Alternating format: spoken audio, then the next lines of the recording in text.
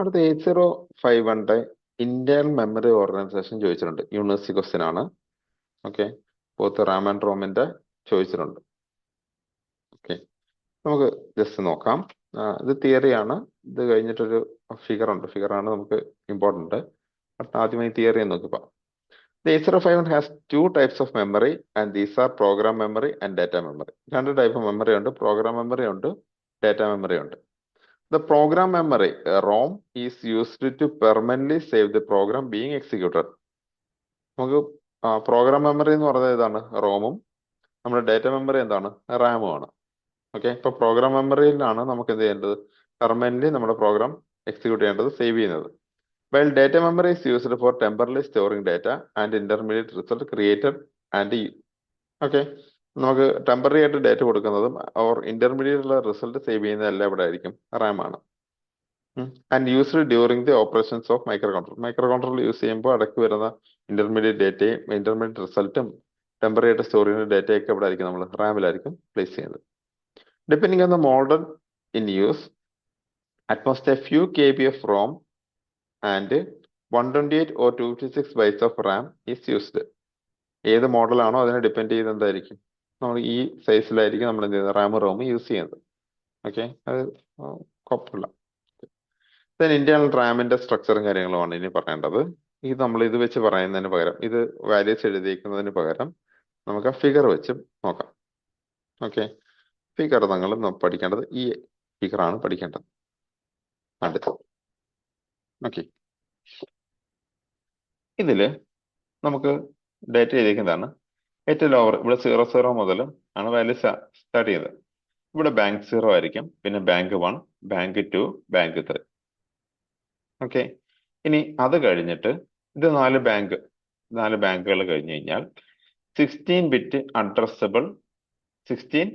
Addressable registers ആണ്. നമ്മൾ ഇതുവരെ 8086 എല്ലാം നമ്മൾ ശ്രദ്ധിച്ചത് ബൈറ്റ് അഡ്രസ്സബിൾ ആണ് നമുക്ക് എല്ലാ വാല്യൂസും.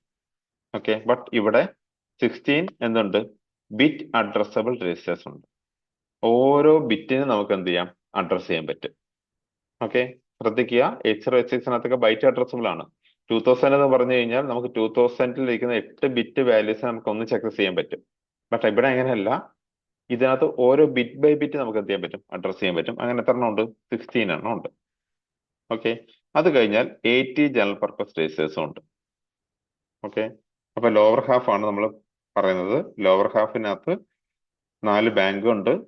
ഓക്കെ, 16 ബിറ്റ് അഡ്രസ്സബിൾ രജിസ്റ്റേഴ്സ് ഉണ്ട്, 80 ജനറൽ പർപ്പസ് രജിസ്റ്റേഴ്സ് ഉണ്ട്. ഇനി അതിന്റെ അപ്പർ ഹാഫ്, ഇതിന്റെ ടോപ്പിലിരിക്കുന്ന അപ്പർ ഹാഫിൽ എന്താ ഉള്ളത്, 128 ബൈറ്റ് ഉണ്ട് for SFR, special function registers ആണ് ഉള്ളത്. ഇതിനെപ്പറ്റി നമുക്ക് ഡീറ്റെയിൽ ഇനി പറയാം. ഓക്കെ, അപ്പം ടോട്ടൽ മെമ്മറിയെ പറ്റി മനസ്സിലായല്ലോ. ബാങ്ക് 0, 1, 2, 3, then 16 ബിറ്റ് അഡ്രസ്സബിൾ രജിസ്റ്റേഴ്സും 80 ജനറൽ പർപ്പസ് രജിസ്റ്റേഴ്സും, അതിനും ടോപ്പിലായിട്ട് എന്തായിരിക്കും, സ്പെഷ്യൽ ഫംഗ്ഷൻ രജിസ്റ്റേഴ്സ്. ഓക്കെ, ഇനി ഇതിന്റെ ഡീറ്റെയിൽഡ് വ്യൂ ആണ് മുകളിൽ കിടക്കുന്നത്. നോക്കുക, ഇത് bank 0, bank 1, bank 2, bank 3. Okay, അതിന് മുകളിലായിട്ട് എന്തിരിപ്പുണ്ട്, ബിറ്റ് അഡ്രസ്സബിൾ രജിസ്റ്റേഴ്സ് ഇരിപ്പുണ്ട്, ജനറൽ പർപ്പസ് രജിസ്റ്റേഴ്സ് 80 ഇരിപ്പുണ്ട്. ഓക്കെ, ഇനി ഇതിന്റെ വാല്യൂസ് വേണമെങ്കിൽ നിങ്ങൾക്ക് പഠിക്കാം. ആക്ച്വലി വാല്യൂസ് സഹിതം എഴുതേണ്ടതാണ്, നിങ്ങൾക്ക് പറ്റുമെങ്കിൽ പഠിക്കാം. ഓക്കെ, എളുപ്പമാണ്. 00 മുതൽ 07 വരെ. അടുത്ത 08 മുതൽ എവിടം വരെ, എഫ് വരെ. 00 മുതൽ 07 വരെ. അടുത്ത എത്ര ആയിരിക്കും, 8 മുതൽ എഫ് വരെ, 15 വരെ. അടുത്ത 16 ആകുമ്പോൾ എന്തായിരിക്കും, 10 മുതൽ 17 വരെ. 0 to 7 പറഞ്ഞ പോലെ ഇവിടെ എന്തായിരിക്കും, 0 to 7 തന്നെ. 8 മുതൽ 1F വരെ. ഓക്കെ, എല്ലാം 8 ബിറ്റ് വെച്ച് ഇവിടം വരെ കൊടുത്തു. ഇനി ആലോചിക്കുക, അടുത്തത് 16 അല്ലേ ഉള്ളൂ, മൊത്തം കൂടെ 16 ആണ്. അപ്പൊ 0 മുതൽ എഫ് വരെ ആയിരിക്കും 16. 0 മുതൽ എഫ് വരെ എത്ര എണ്ണം കാണും, 16 എന്ന് കാണും. അപ്പൊ ഇവിടെ 1F കഴിഞ്ഞാൽ അടുത്ത നമ്പർ എത്രയാണ്, 20 മുതൽ എഫ് വരെ, അപ്പൊ 2F. ഓക്കെ, ഇത് കഴിഞ്ഞാൽ അടുത്ത നമ്പർ എത്രയായിരിക്കും, 30 ആണ്. 30 മുതൽ 7F വരെയാണ് എന്ത്, നമ്മുടെ ജനറൽ പർപ്പസ് രജിസ്റ്റേഴ്സ്. ഓക്കെ, ഇനി ബാക്കി നിങ്ങൾക്ക് സ്പെഷ്യൽ ഫംഗ്ഷൻ രജിസ്റ്റേഴ്സിന്റെ നമ്പറുകൾ പഠിക്കേണ്ട ആവശ്യമില്ല.